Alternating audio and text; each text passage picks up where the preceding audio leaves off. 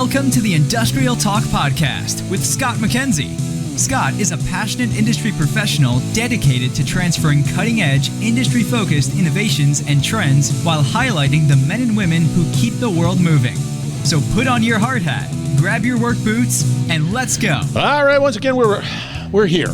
It is Xcelerate 2024, Austin, Texas, and we're here celebrating more industrial professionals because you are bold, brave, you dare greatly, you innovate, you collaborate, you solving problems each and every day. You're not snarky like me, where I just get a little jaded.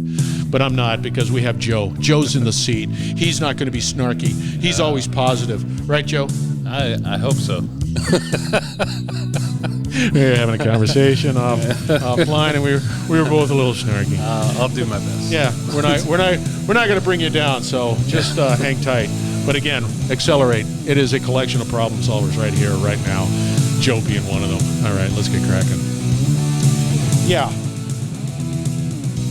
Is it good? Is it a good conference? It's a user conference. Yeah, it's not definitely a conference. Yeah, it's more of a user conference. Big focus on technology, but yeah, those running solutions, theme is at least it has been for me. I've been up in the thought leadership area. I had to do a panel earlier. Thought leadership. Yeah, and it's more around integrating technology with people. What? Yeah, so No way. yeah, we haven't heard that. Never. No. Gosh. That would be great. Yeah, I think for me, the underlying premise is empathy. What do you mean by that? Well, it's been a big focus of mine. You walk into these places and we like to blame leadership, or we blame the frontline workers, or I always blame leadership. well, it's always we definitely buck stops here. for sure. I think we all have onus in it. In that, as humans, we don't always try to get better, and we get stuck in a rut and doing the day-to-day. But as a leader, it's more of a heightened sense in that we start treating people like numbers instead of people. And so, I've been, trying to get people back to remember these are human beings. I don't know how many times I've toured plants, and George has toured plants, or we've done it together, where we walk the floor with senior leaders and middle management, and they don't acknowledge a single worker. No. While we're out, and most of them don't even know their names. It's like, well, okay, you want to know how to retain people. How about you just shake their hand, introduce yourself? It would mean a lot to them. You're the CEO of a company and you don't know your employee's name. I understand maybe it's a large organization, but you can take the time out to shake their hand, ask them how they're doing, show that you care a little bit, treat them like a human being. And No, I agree with that. It goes a long way. You'd be surprised. And we wonder. Well, there's that old study, a GE study or something like that, and it was back in the early 20s, and they realized that once management paid attention to the frontline individuals, production went up. Of course. Morale will cover a multitude of sin. I've said it a million times over. You can have 1,000,001. Yeah, you can have deficiencies and defects everywhere, but you would be surprised that because employees aren't paying attention because they don't think you care, so they don't really care. Yeah. How many mistakes are made that cause issues, that create downtime and those types of things. So just showing that you care a little bit makes a lot of those things go away. It's magic, right? And but it's pretty crazy. If it's common sense. Well, I get it, but not so common anymore. Yeah, I digress. Yeah. We didn't lay down the foundation on who Joe is. We were already talking about ReliabilityX is your organization. Yeah. We were talking about HumanX. Yeah, there you go. Give us a background. Ultimately is what it's about. My name's Joe Anderson, co-founder and COO of ReliabilityX. We're a company that helps empower organizations and makes them highly profitable through developing people and teaching them how to solve problems. So that's kind of you guys evolved. Yeah. You guys started. You guys have mad asset management street cred. Yeah. No doubt about that. And you're definitely top of the game when it comes to technology and what's out there. But you guys, I've watched your career. Well, geez, before you guys even were Reliability. All right. That's when I had no, I didn't. I never had hair. but the reality is that it gets down to that human element. Yeah, for sure. Everything's about the human element. I mean, everything is trainable outside of that, right? And so, we talk about skilled trade shortage and all this because we're expecting something that doesn't exist. And instead of taking the time to develop people and focus on people and making them what you need, we're trying to find it somewhere else or supplant it with the technology. Silver bullet. Always. Unicorns and rainbows. Yeah. Right? A unicorn with the laser horn. Yeah. GPS guided laser horn. Yeah. It'll save humanity. But it's true. It's true. And I'll be the first to admit I like technology. I like that shiny object. I get distracted by it easily. Yeah. And I will go down that road in a jet second and think that that's going to solve all my problems. But as time goes on, that's just not the case. It's a dust collector. Yeah, it is. Right. And but that, again, it comes back to culture, which is ultimately a people thing. And, there's a level of maturity that is required in order for those things to complement your business. The problem is that we're nowhere near the maturity level we need to be for the most part, at least in manufacturing. I can speak to manufacturing. We're very far behind the curve. Right? Why are we still having this conversation when we know intuitively, in my heart, I know that it's always going to get down to that conversation? And why? But we don't. There's a lot of variables. One is there's no stability in companies because senior management down to middle management leaves every 2 years. Right? Churn. And everything's built around the champion. Whether we want to admit it or not, and we say you have to have good processes and systems, at the end of the day, the champion is the one that holds it all together. And the champion is the one that ends up getting frustrated or bored. I'm the type that I got bored. I would come in, I would turn the plant around from not doing well to being highly profitable, but I would put a manager in place that was more of a sustainability guy. Yeah. I was more the change agent. And once things are fixed and things are going, I get bored. So I'm ready to go. Right. But a lot of companies, again, it kind of comes back to empathy. Very interesting. In that if we're only seen as money, then we're going to chase money. Right. And that's a lot of it. And, the public education system doesn't help with the fact that they actually teach you if you're not moving around every 2 to 3 years, you're not promotable. And I don't know who came up with that, but it's being followed, and it's a big problem. But there's so many variables that go into that. But I would say stability of an organization is based around the champion, and once the champion leaves, that's it. It just falls apart. It falls apart. It falls apart quickly. Yeah. It takes strong leadership. So, in your conversation, give us an example of where you had success, because I understand exactly what you're saying. You go into an organization. Mm-hmm. Let's say I'm the executive, and I'm saying, "Hey, I want ReliabilityX come on in. I love what they say. I like what they do. I like what they deliver. All of that." And do you have a conversation with me and saying, you guys are not stable? You just got too much churn, or what? No, what, it's what more. We do set some requirements, right? Like one is, you have to designate a champion that we can develop, because our job, our business model isn't to be a cash cow. And I know a lot of consulting groups, they love working with companies for 20, 30, 40 years, but the results never change. Yeah.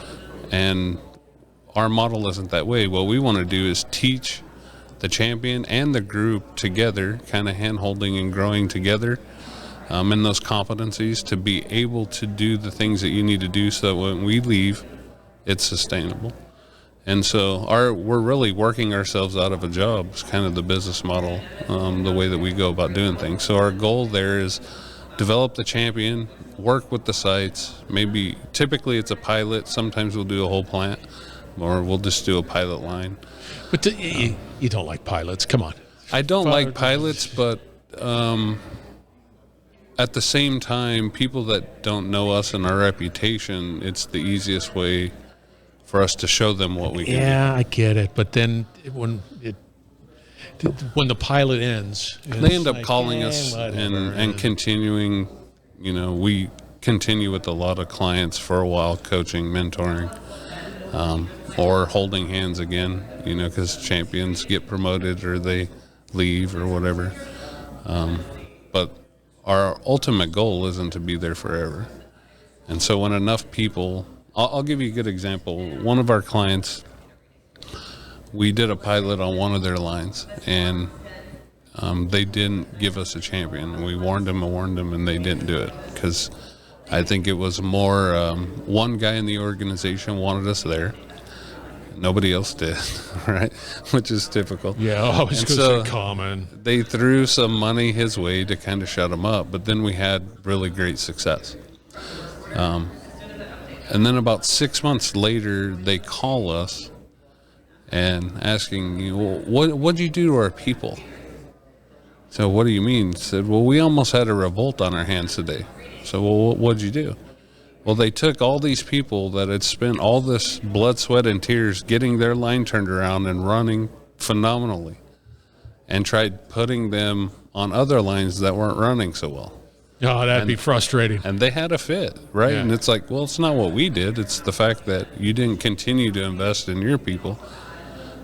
What we did was the right thing. I mean, this thing that was losing money is now, making you an EBITDA of close to $1 million a year. And so, we did something right. And, it's just kind of funny when you see those things. They went back to putting those people back on their line.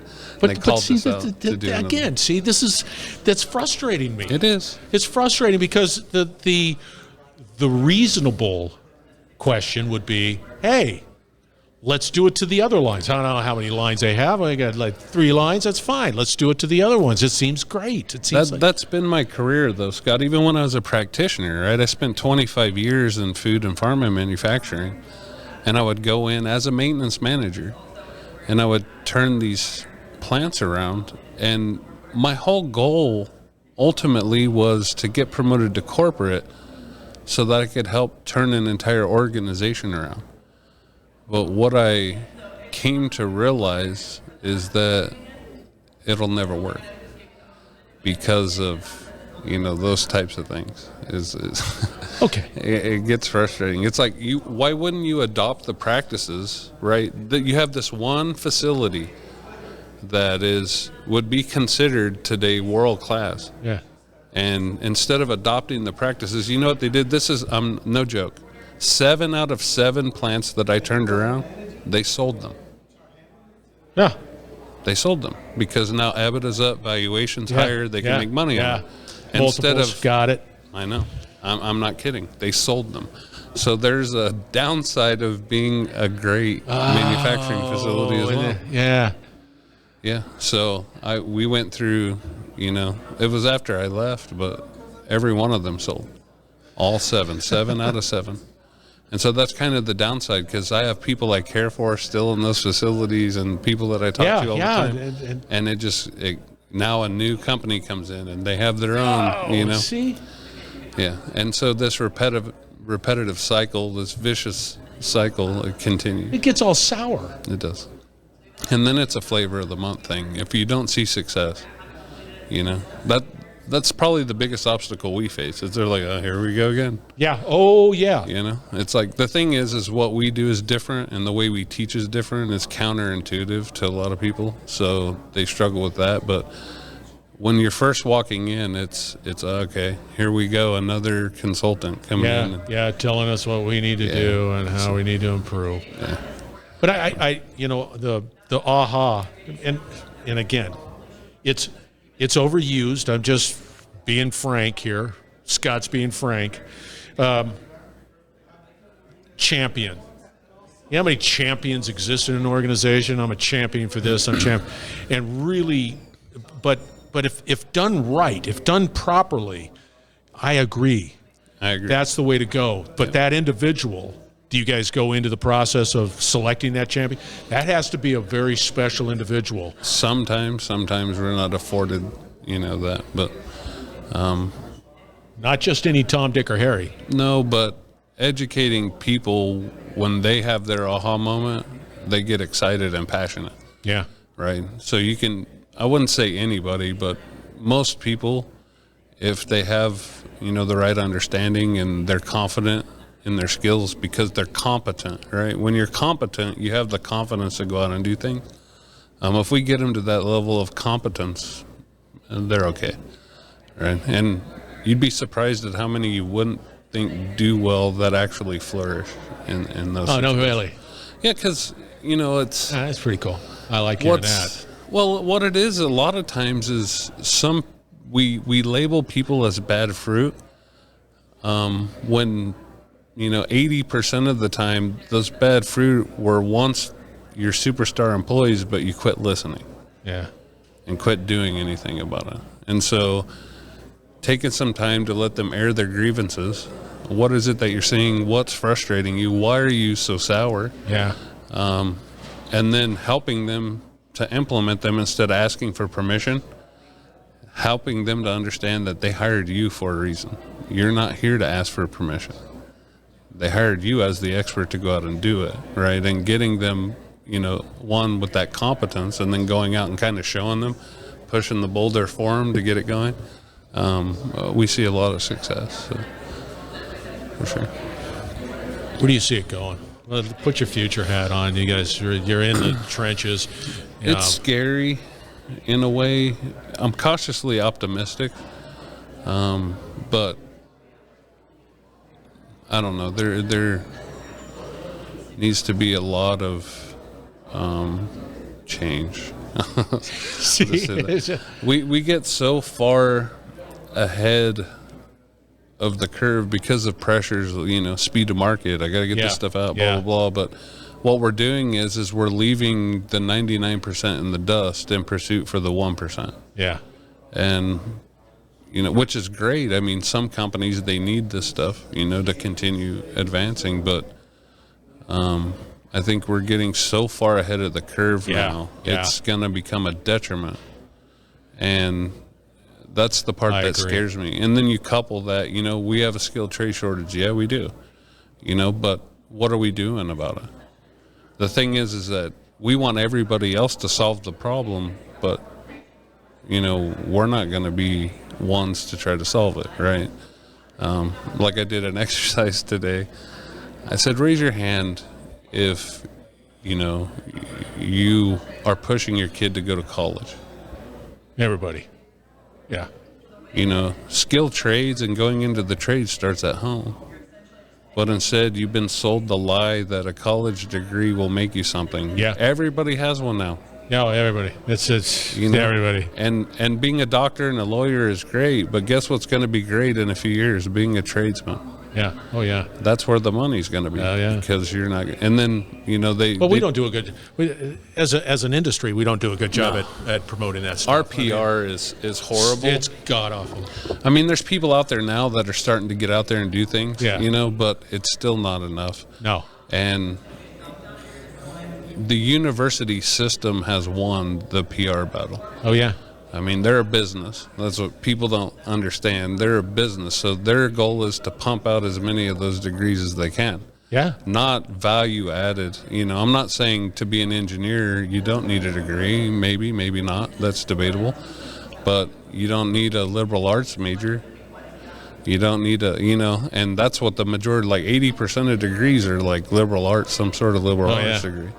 And, which it's created a complex problem because we're all sold on the fact that we're going to come out of college and do well because that's what we're always told, and what they're finding is these large corporations have just created a bureaucracy monster because they're trying to fit people into positions because they have a degree when they're not really necessary.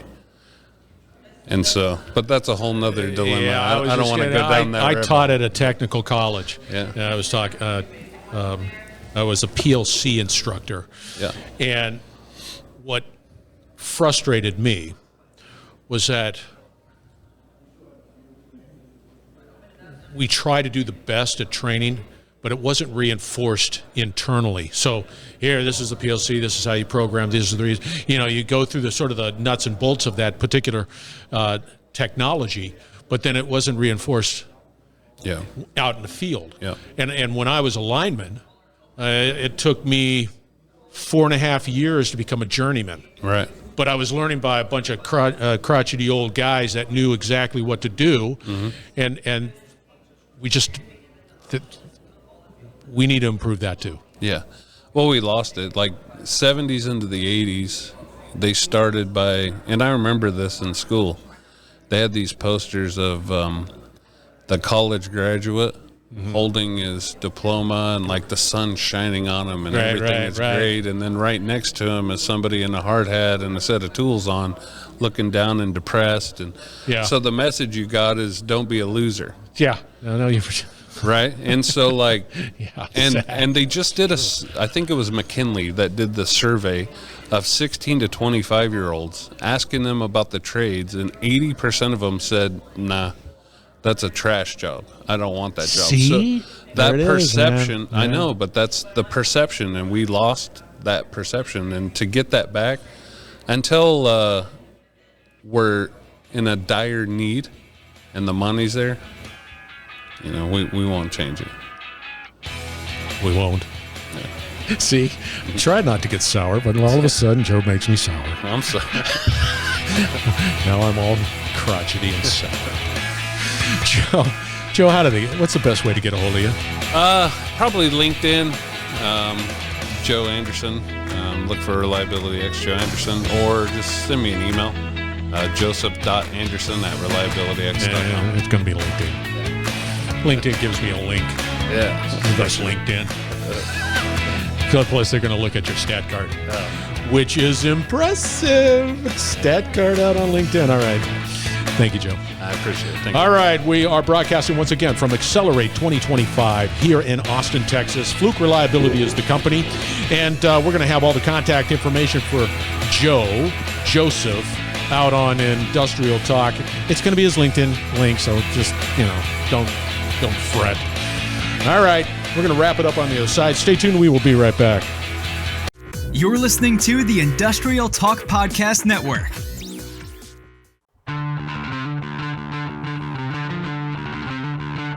Without a doubt, take me for what I'm saying here.